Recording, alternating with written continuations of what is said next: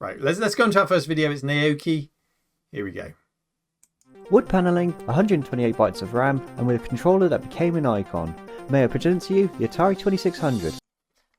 Now, surely you've got no argument for not wanting to own an Atari 2600 as a retro gaming fan. Wait, this is a little too familiar. Hello all and welcome back to the live stream submissions. My answer to the topic of the stream for you today is to mention the Atari 2600 and why I just don't use it. The games are simplistic, the graphics are chunky and using Crayola colours, and worst of all, it's just RF only. Those are the arguments so far. I've got a... This is the first video. I think I've got a feeling we might upset some people tonight. Hello, Gary. And Dave, thanks for the bits. Okay. He doesn't like the colour palette. He doesn't like that it's RF. Let's give him a chance. Well, the video can be solved at least with a UAV mod like I've done in the past, so at least it's not using the fuzzy bus cable anymore. Okay, I found a funny mistake to poke fun at Atari with whilst doing that, so there's enjoyment there. But otherwise, I just can't see myself playing it for anything longer than about 5 or 10 minutes. The games are just too simplistic, and the controllers are actually a pain to play with. Also, having grown up with the Sega Mega Drive, I have no real sentimental attachment or even nostalgia for the 2600.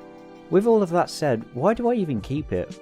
Well, maybe one reason is because the selling price just isn't worth the hassle or loss of bragging rights. You know what? I don't think I've ever been on eBay and looked up Atari console prices, and that surprises me. Under 20 quid. I mean, I know that he did have a Woody up there. Let's £18 with 5 bids. Sold for £18. Untested. Oh. Wow. It just isn't worth the hassle or loss of bragging rights, to be honest. But perhaps it's just that classic 70s look. I see you. You can't help but stroke. Look, even on a shelf, I'm not going to finish that sentence. It still looks wonderful. Thank you, Kitson. You did it for me. Well, agree or disagree in the chat. Atari 2600. I mean, it's not a get in the bin kind of a question. It's just that I don't know why I own it. So it's a very personal thing, and that's Naoki's take. Doesn't know why he owns it, but he did say he gets 5 or 10 minutes of play out of it. You know, sometimes I've only got 5 or 10 minutes to play a game. I would argue, my counter argument would be, even if you don't play it, it's a lovely thing to just have on the side to look at.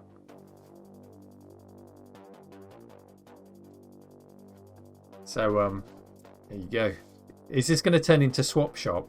Maybe all of the people who've submitted videos can swap each other's things with each other. Oh, there's a question in chat. Would it be a sin to put a pie inside an Atari 2600? I'm going to go with a firm yes. It would be a sin.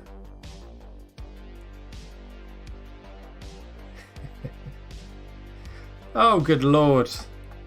5 gifted subs from VRMS. Thank you so much. You guys are being awesome tonight. Thank you. We've got something called a hype train. I don't know what it means. I still haven't figured out what that means, but it's cool. Thank you. You can have some gifts. You have Hype Boy. X. All of the hype. You want Horn? Hang on. Horn. Sugar. Pressing all the buttons for you.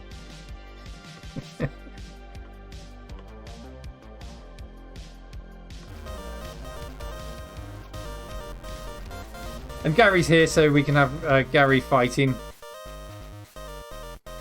And I'll load up the next video. Who have we got next? Maybe Kosam next.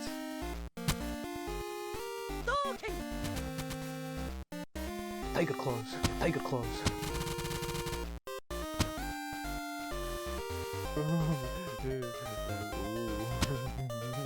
Take it close. Okay. I can't stop Gary. Gary!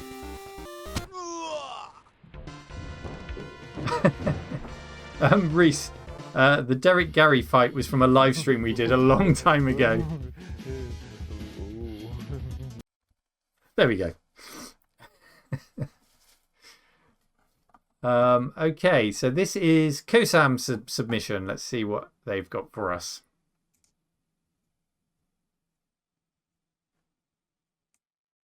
Good evening, Oh, Kevin residents. Thought I had audio problems. This video Good was evening. inspired by our recent discussion on the RMC Discord. In the box in front of me, I have something as rare as it is useless. These are, of course, genuine Amiga case screws. Too quiet. Sorry. Let me knock the audio up on this, and we'll start it again. Hold on. Let's give it an extra 10 decibels. See if that does us. There's no audio at the start. Hold on. Good evening, Kevin residents. Is that better? What's just happened there? Togster, thank you very much for the subs. Wow.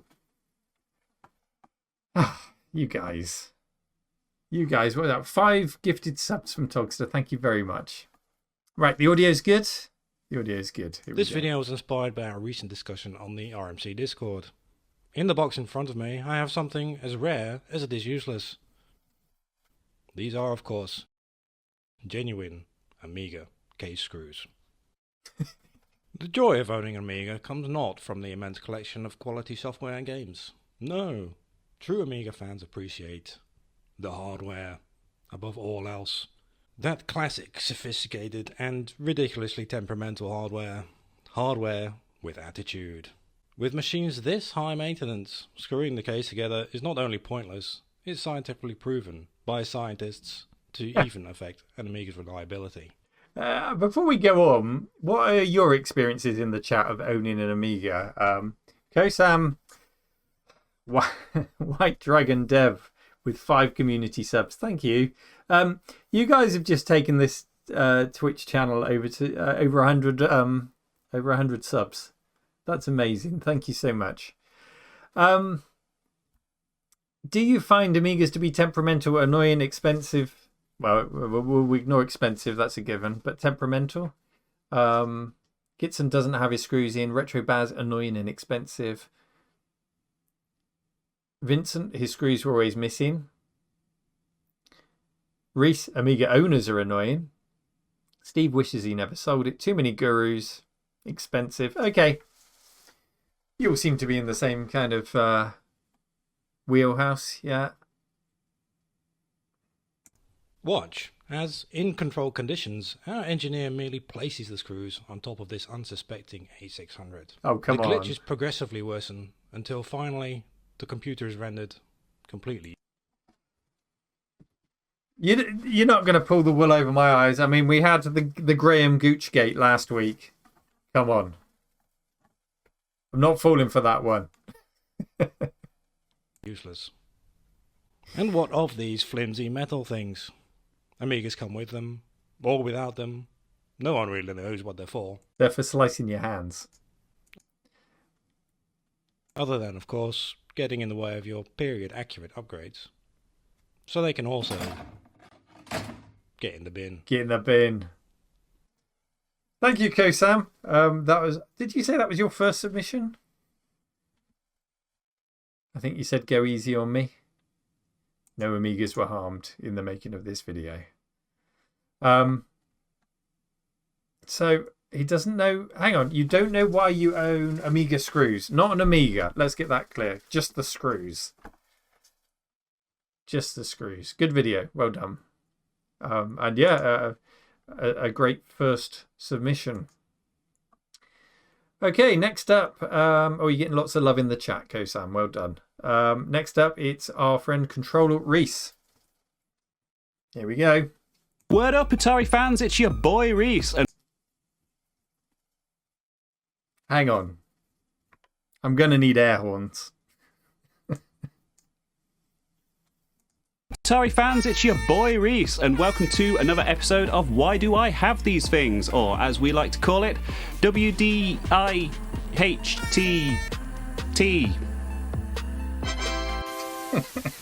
This is a 28-inch arcade monitor, and this is an arcade machine with a 21-inch monitor.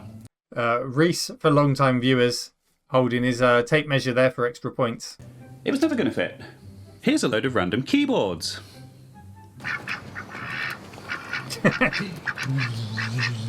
Not one, not two, but 8 Nintendo Famicoms. Oh, and 6 broken point-of-sale monitors that I haven't been bothered to put back together. This is the perfect question for Reese, surely. This strange-looking Atari. What? No. Safety first.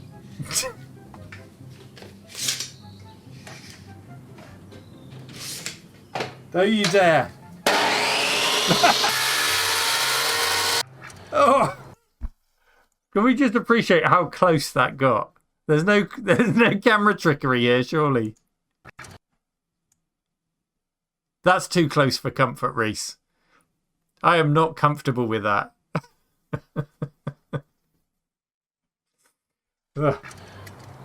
Bees.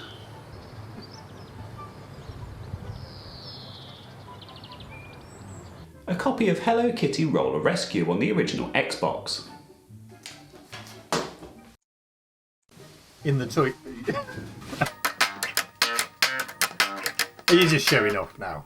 A Fender Aerodyne jazz bass. Slap like now. What a selection. Amiga action in this video was monitored by the Amiga Humane Association. Scenes which appeared to be put an Amiga in jeopardy were simulated. No Amigas were harmed in the making of this video. Well, not too many anyway. Maybe one. Don't at me. Checkmate slappers.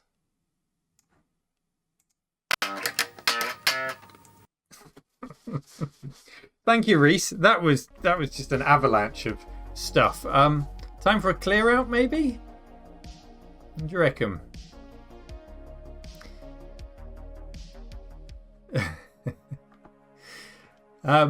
Completely off topic. I've noticed just above your head, Reese, in this scene. Hang on, let's make Reese grow. Reese is growing. You've got Ghostbusters, you've got Batman, and then you've got that row of budget games in black. Batman, Bubble Bobble, Castle Master, Chase HQ, New Zealand Story. Do you know what? I've been looking at those recently because I never liked budget games back in the day. I bought them because I could afford them, but I always wanted the big box versions. And it seems now to becoming trendy to buy these things because it's a set, so you can buy the whole set of, what was that range in those little black boxes? Can you tell me what those are? Hit Squad, that's the one. So it seems to be becoming a fashion to collect like the Hit Squad games, and the prices are really going up. And I'm trying to collect them. Hello. Anyway, I've gone completely off topic. Thank you, Reese, for your video. Our next video comes from Tim Wright, and he's called his video Daft Purchase. Let's see what he's got. And again, tell me if the volume's too low or too high. Greetings, cave dwellers. As I was having a bit of trouble deciding what it was I was going to show you this month. Sorry, that is a little bit quiet. I'm just going to knock that up as well.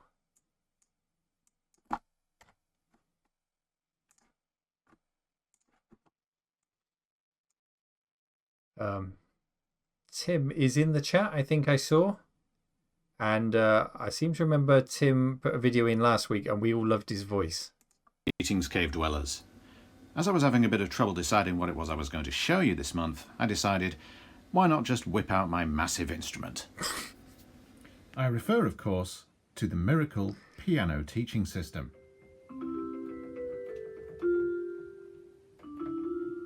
He plays better than me. This is something I saw in a local charity shop recently. I have had no experience with MIDI keyboards at all.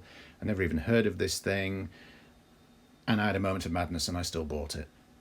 It was being sold as being for the NES, and there is a version for that, but it's also available for the Super Nintendo, Mega Drive, Mac, Amiga, despite no MIDI ports.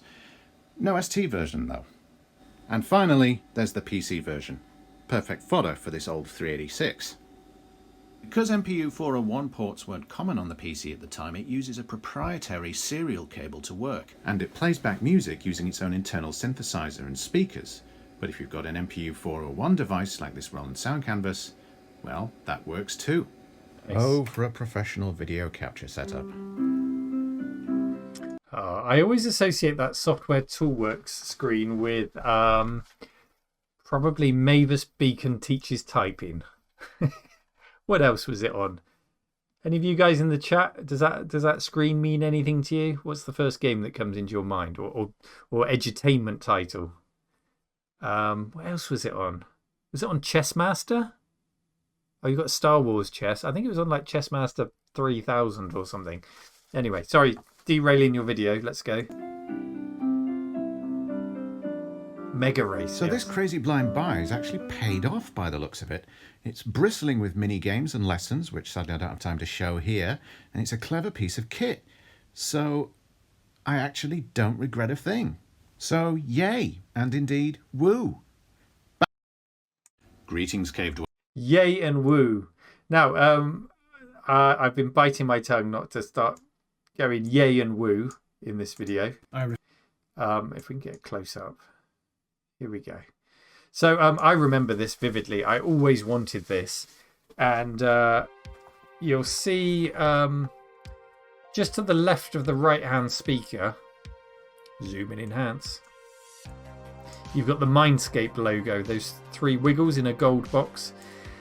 And that's where I first saw this. There were leaflets, like a threefold leaflet. And I think it was in with the game Captive. I think it was in my big box version of Captive, or yeah, it might have been that. Might have been something a bit later. But anyway, I always used to look at this leaflet and think, I really want behave, Philip. I really want the Miracle Music System, because that's what's going to teach me how to play music, because I had no musical abilities. Still don't. Probably because I didn't own a Miracle Music System. But I always thought it looked nice because it was like a full-size keyboard, not those little mini MIDI ones that you could get.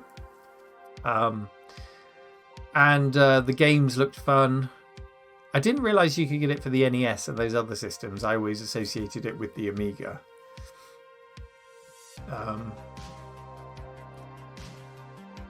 You saw commercials for the SNES. Nice. Nostalgia Nerd has gone VTuber. A couple of you have mentioned him tonight. What's that about? I want to punish Neil quite badly. The NES carts cost a fortune, do they?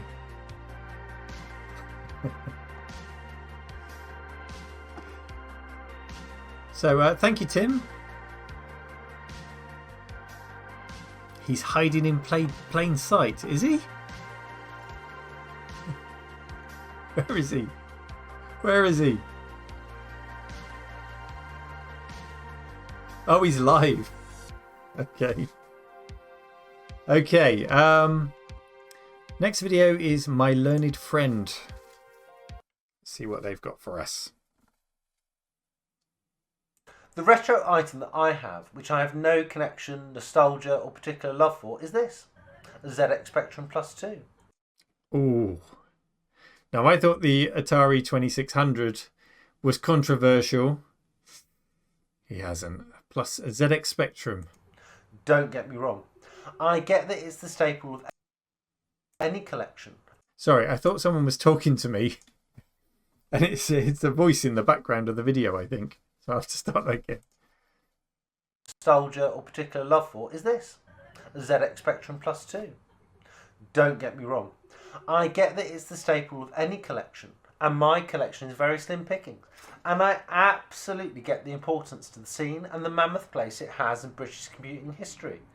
But Like a certain cave proprietor, my history goes CPC, obviously the superior 8-bit choice, Amiga, PC. It means I never had a Spectrum growing up or much exposure to it. So why have I got it? Well, it was actually my wife's as a child, and I'm certainly not thinking of getting rid of it. But despite its mintness, does it get used? Well, no. Why? Well, this is the problem. I get authenticity, but have we forgotten quite how much we hated loading from tapes? Sure, the loading screens can be amazing, but the inconvenience? The need for a CRT? Finding the spare time with hectic modern life? If I want to play something for which there isn't a superior CPC version, forgive my bias, say School Days, or Death Race, or Squib, well, I'm lucky enough to have a Mister. And well, that's a hell of a lot easier. oh, he's won me I over. suppose the point is this: these items are lovely, but when it comes to experiencing what they can do, there are easier, more accessible ways to do it, and that's something which isn't unique to the Spectrum. I'm hoping for the cave's forgiveness, but until then, back to Neil in the studio. Oh, this is almost like The rest. retro confessions, isn't it? I confess that I don't really want my ZX Spectrum. I don't know why I own the ZX Spectrum.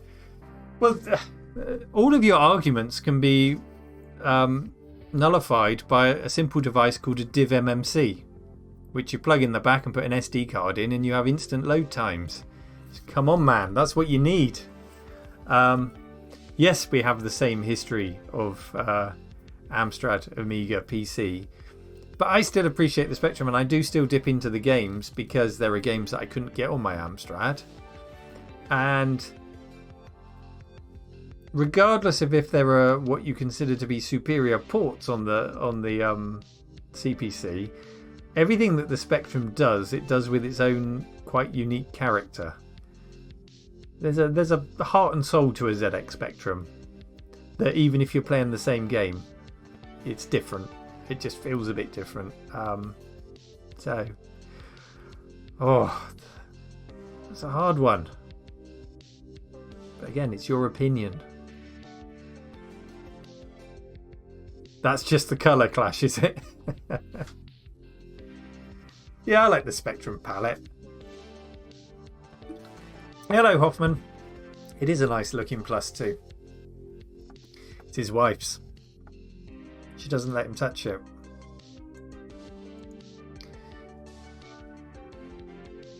So, next one comes from Pillock. It's called Pillock Owns a Thing. Let's see what he's got for us.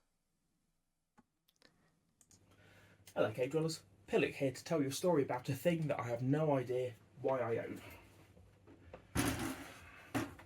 It is not this. I know why I own this. This is an Acorn Archimedes A310. I bought one of these because we had them at school. I was nostalgic for them. I wanted one for the collection, and Chrissy helped track one down for me. So why are you showing it to us, Pillock, if it's not this? However, the seller told me he had a PC mainboard that he would throw in for free. He can't get it going. Would I be interested? And sure, it's weird. It's dual P3. It's got SCSI. I like free weird things. So yeah. So I know why I own this, and I know why I own this. However, after spending some of my own money. Hang on, I've just spotted at the top of the screen there. You've got your Mr. Multi-System with a pack of peck pork, which I learned last month from you. I think is like spam. So that's a nice addition to the shot. Let's carry on. I'll try and get it working. I just couldn't get any life out of it, so I did the only natural thing that anyone would do, and I bought an identical replacement to troubleshoot it. And I bought a few more bits. And Dave Losser had to help me out with some more RAM and advice. And the good news is I got this going. The even better news is I used that knowledge to get this one going. The bad news is the result of that is I have 2 Intel server mainboards that I just don't particularly need. I know why I own this one. It was free. I spent money on this one. I don't need it. So the moral of this tale is, if anyone wants a dual P3 Intel server board, please hit me up in the comments and I'll sort you out. Hang on a minute. There was a frame. There was a frame there. Please hit me up in the comments and I'll Let's see if we can catch it.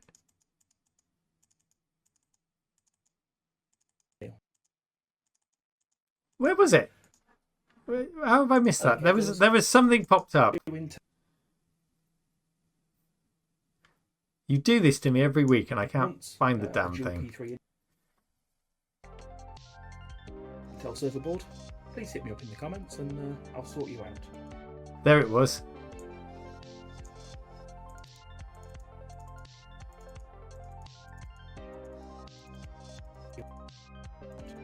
Yeah, it was a buy now, wasn't it? Buy now. He's sending subliminal messages.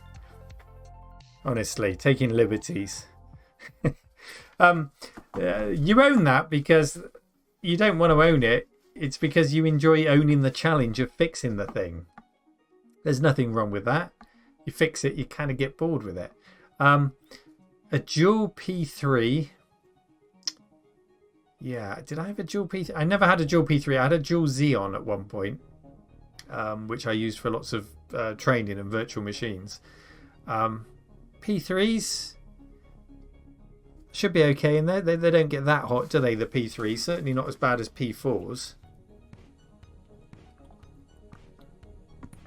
Did I challenge myself by buying a working one I didn't want, says Pillock? Thing is, there's not an awful lot you can do with a dual P3, is there? Outside of the server side of things, there's not really anything that's made in terms of games. Can't think of a single thing that's going to make use of more than one processor and one core.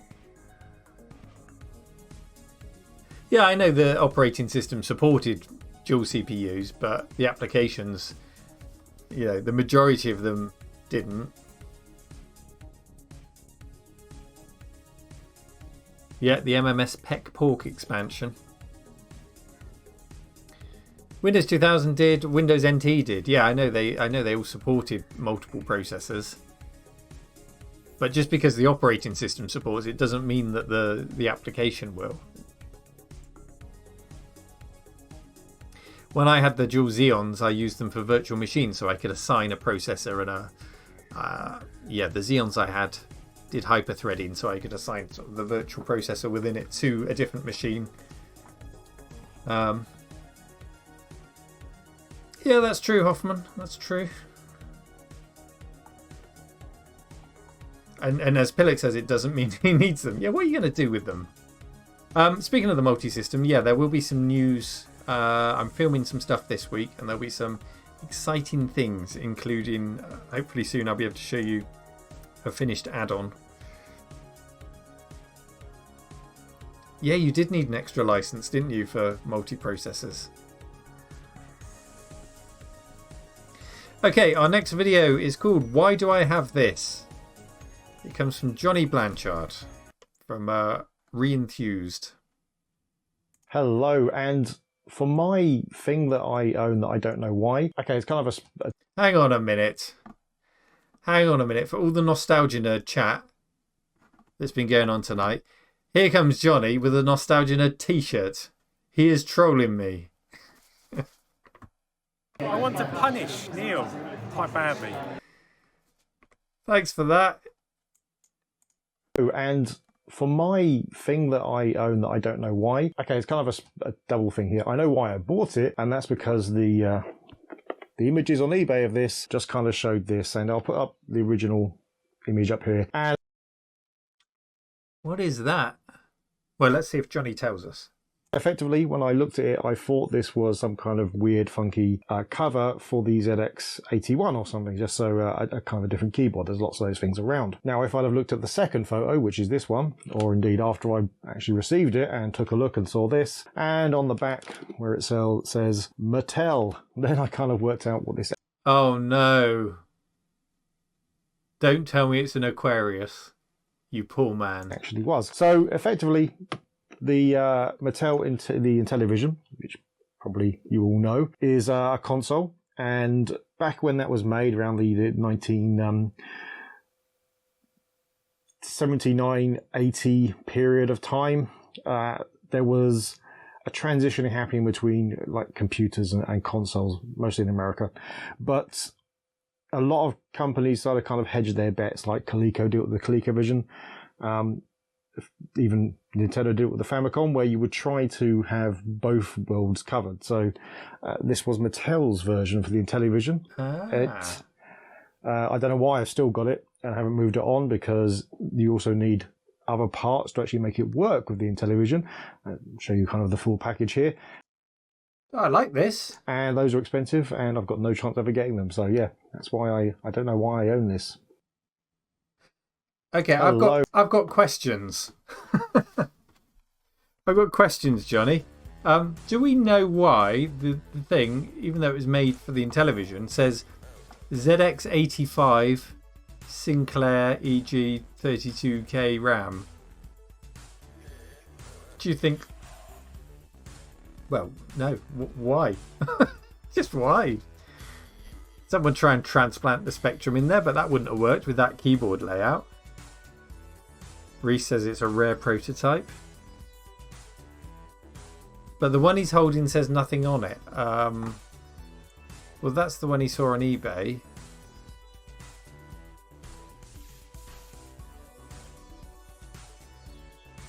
Yeah, you're right. So was that the same one, Johnny? Or did you take the label off? Or is it a different one?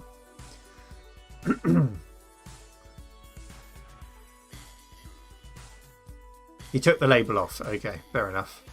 Just a kid with a label printer. And that connector there to go into the console. And obviously, it looks like, but before Johnny bought it, because this is the eBay photo, it looks like they tried to clean it with something, and it's gone horribly wrong.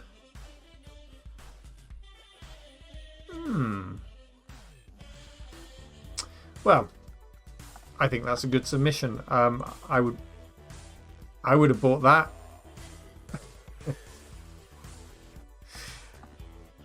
Our next video comes from it looks like a dog's dinner, says Steve. Comes from Jens, aka Fako. Let's see what he's got for us. Things we own and don't know why. Oh, we got another musical keyboard. The Commodore MK10 MIDI keyboard. My musical abilities are probably as fitting as to the channel as they could. We pride ourselves in our terrible musical abilities, except for Reese, who comes along with his slap bass. I think they are a match to Niels in the famous MSEX video. It's a very small MIDI keyboard. It comes with MIDI. You say it's small. That looks like a long boy to me. And it was made by Commodore BV. So it's probably just rebadged anything. And if you dig a bit, you will find that it is actually a Target MK10 MIDI keyboard. There's also the Target or Commodore MK139, which is a bit more capable. But there are numerous sites out there that claim that it's from the 80s. It was made for the Amiga. It can be used for the C64. But if you find it with its packaging, you will see that it comes with a MIDI to DB15 connector, which will usually plug into your PC sound card, and a floppy disk that contains Windows software. So I don't know why I bought it again, especially because the only other device in this household that has MIDI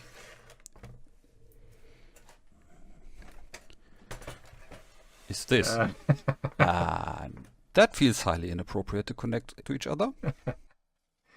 An abrupt end there. I know, I can tell you exactly why you bought it. Because it has the name Commodore on it. I mean, how often... well, I tell you that very often I just go on to eBay and just type Commodore. I mean, it comes back with a lot of nonsense about boats and cars, so that I then have to narrow it down, but I do just look for random Commodore stuff.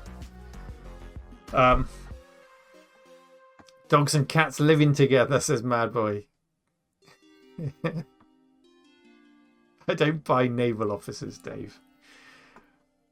Yeah. I mean, if you wanted a MIDI keyboard, I prefer like the Miracle type one with the full-size keys. But it depends what you want to do with it. He says in all his musical experience, let me advise you on what musical keyboard to buy. Yeah.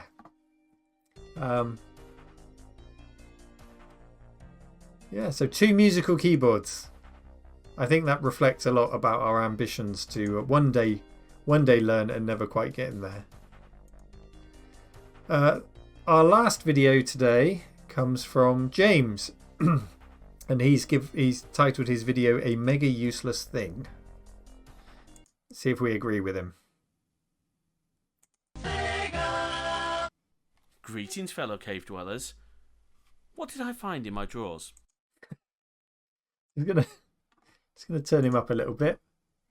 He's pleased with himself there. What did I find in my drawers? His cheeky face. Greetings, fellow cave dwellers. What did I find in my drawers? No, not those. The kitchen drawers. Through there. Well, it's one of these. It's pretty poor. Hey, look, it's got original controller ports. It's got outputs. Oh, PAL or NTSC switch. Sort of. But, you know, it's not... It's horrible. Look, it's going in my bin. And the less said about the controller, really. I mean, you can hear it. Look at it. Look. I've experienced one of these controllers. They are truly horrible. I mean, look, it's got 6... buttons is an understatement. That's going the same way. And there's one final thing that needs to go. In your face, Reese and Dave. Let's have that bit again. Oh, where's the audio gone? Why can't I hear it? I mean, that's going the same way. There it is. And there's one final thing that needs to go. Bye. Oh, the producer wishes to assure you the audience that no Atari ST was harmed during filming. Unlike Reese's, where one was harmed. The same assurance cannot be given for the At Games Mega Drive. It died as useless as when it was when I impulse purchased it 5 years ago. There are a lot of disclaimers this week. Let's just take a look at that At Games thing. There was a hole in the side. Don't know if we can see it.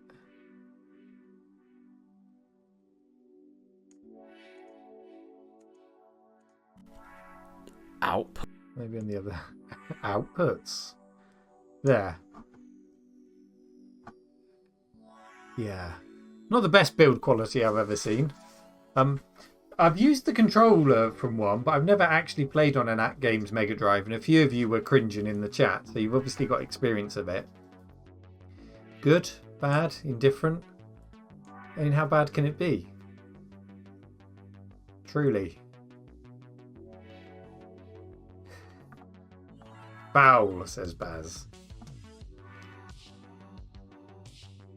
Laggy games. Okay.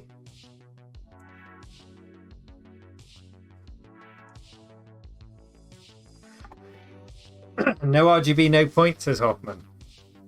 Okay. Well, we've got one more video on this topic from me. Let me find it for you. So, as I said earlier, it's really hard for me to say, here's a thing and I don't know why I own it, because practically everything can be turned into a video of some sort. So, here's a thing, and I know why I own it, because I want to restore it. But I've never actually played it. I've never experienced this game before. So I don't know if it's any good. Hello, Route 42. Here it is. A new pickup for the cave. Look at this bad boy. So this is an original 1980 cocktail cabinet from Taito. currently contains a game called Stratovox. Stratovox.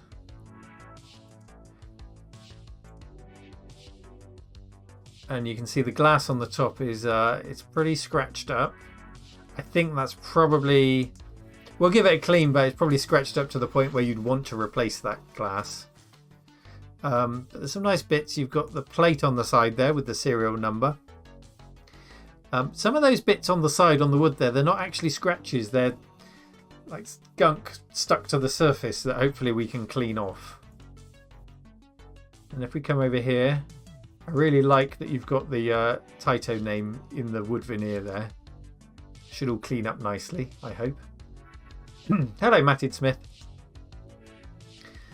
The legs do get longer. That's the minimum height because I had to get it in my car.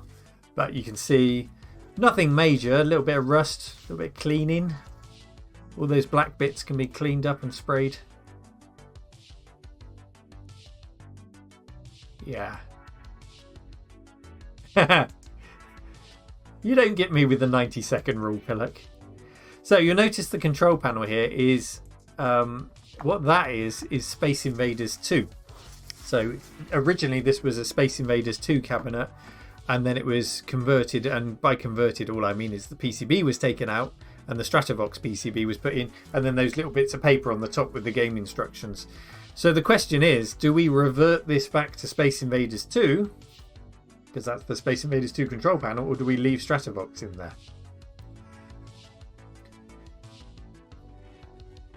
On the control panel you can see 1 or 2 player start. 2 player start has cigarette burns on it. Is that patina? Or do we fix that? Joystick only goes left and right. And then I think that yellow fire button is a replacement. I'll show you why in a minute. No, I don't want to mess with that control panel. That's the Space Invaders control panel. There is the board. It's like a double-decker board there. Top and bottom. I think I saw 2 Z80s on it, and a General Instruments sound chip, as well as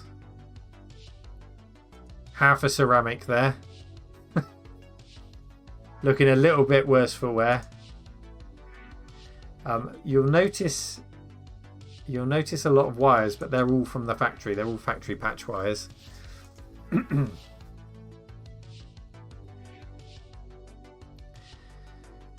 Pop that out the way. And we'll lift the hood.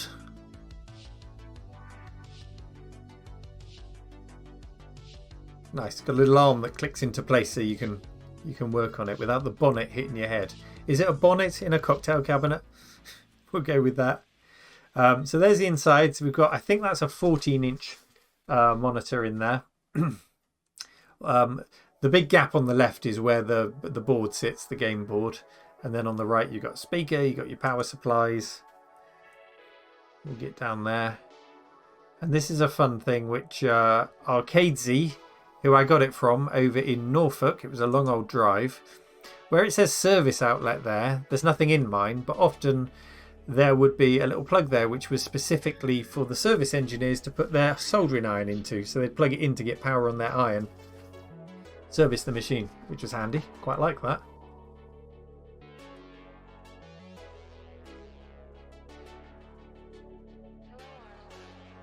Just one speaker, so a mono gain.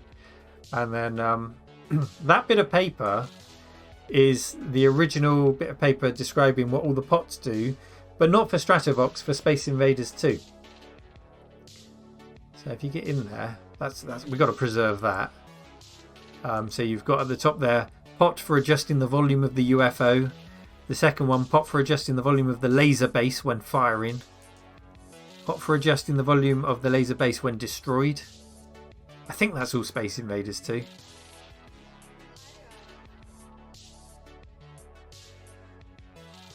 Turn them all up to 11, yeah.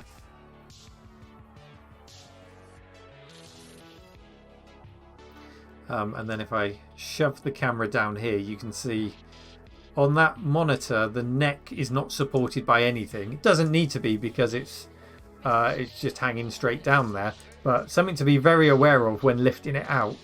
We don't want that breaking. And then you've got the board over there with all the pots at the top. Power supply down there. Yeah, I gave it a good lick, Reese. So it needs a really good clean in there, but on the whole I think it's pretty tidy. Serial numbers in there, inspected by employee number 628202.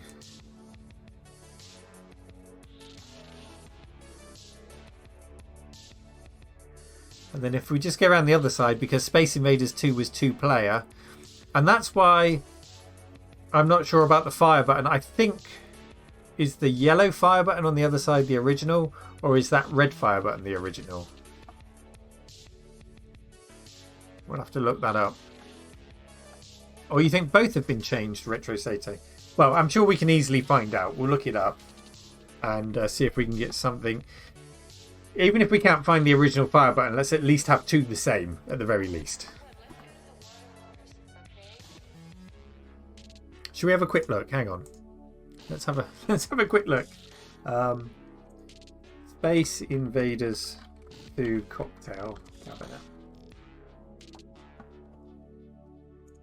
Any images? So that one's got a red button on it. Oh, that's an annoyingly blurry picture. That's actually got a different control panel on it, hasn't it? So we're going to have to double check that control panel. Of course, it could have changed. Different revisions and whatnot. But I'm going to go with the red button, I think, was the original. Yeah, this is Space Invaders 2, though, Reese. So let's look up Stratovox.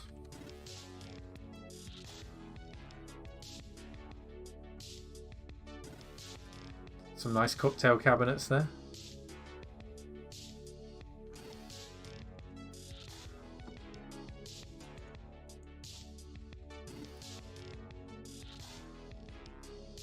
See, the fact that I'm not finding many results makes me think that it's probably the rarer of the two.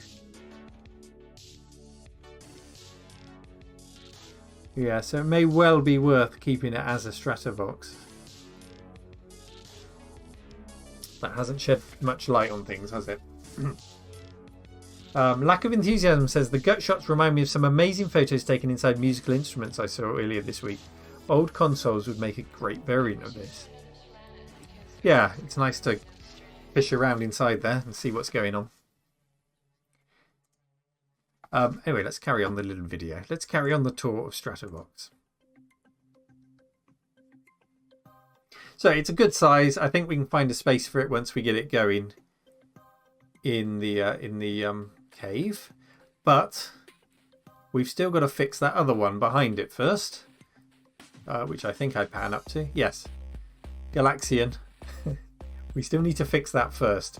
We're not going to have two on the go, so we'll finish fixing up Galaxian, and then we'll get Stratovox working. And as some of you have said, Stratovox, I think it was the very first video game or arcade game to have voice synthesis. Yeah, maybe it wasn't originally put in this cabinet. That's a good point. There's definitely some research to be done. The game came out in 1980. It was made by Sun Electronics, and then in the US it was distributed by Taito. I have got the game here on YouTube thanks to the channel Retro Gaming Loft. So what I'm going to do is see if we can hear some of that speech.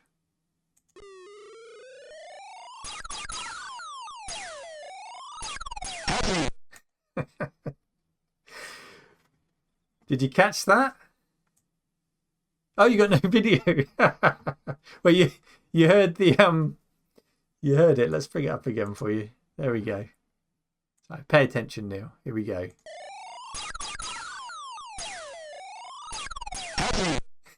That was help me. Help me. Oh, what was that? Hang on, what did he say there?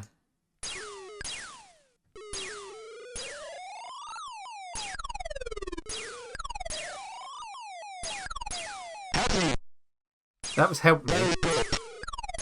Very good.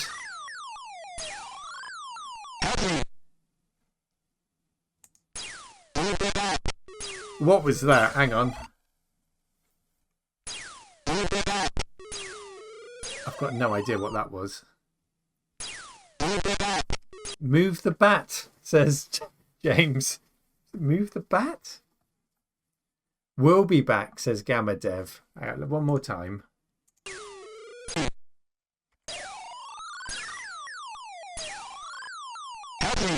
Help me, obviously. Yeah, I think you're right. I think that's we'll be back. Lose the rut. So that's that game. Never played it. You can see why I guess it would be put in a Space Invaders cabinet, because you only need the left and right controls. Seems to have its own background, unless that's just added by the MAME emulator or whatever they're using here. No, because you've got the twinkly stars moving, so it doesn't have an overlay like the original Space Invaders. I can tell you that in Japan it was called Speak and Rescue. Speak and Rescue, and then it was called Stratovox. Oh, Steve says my auntie had one in the pub. Was that an upright cabinet? Used to play it all the time. It wasn't officially ported to any home systems, but it did have clones. Bandits on the Apple II was a clone of this game, and probably the closest thing to it. And then there was a game called Spider Fighter for the Atari 2600, which is very similar. So Steve says he had the table one. Is this how it looked? The cocktail one, Steve, that your auntie had?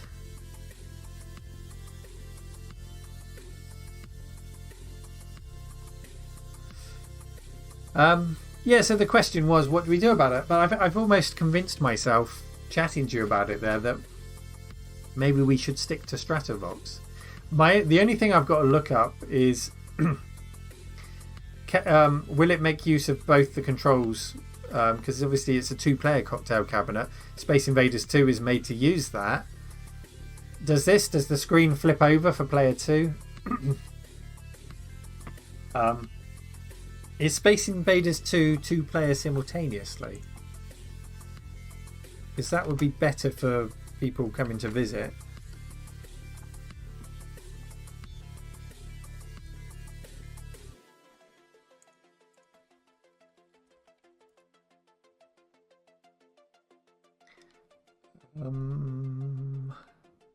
Not sure we're going to find out.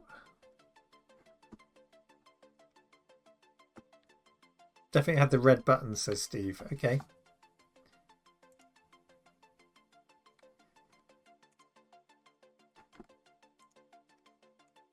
Don't know if we're going to see this in two-player mode, or if players just take a turn each and it flips.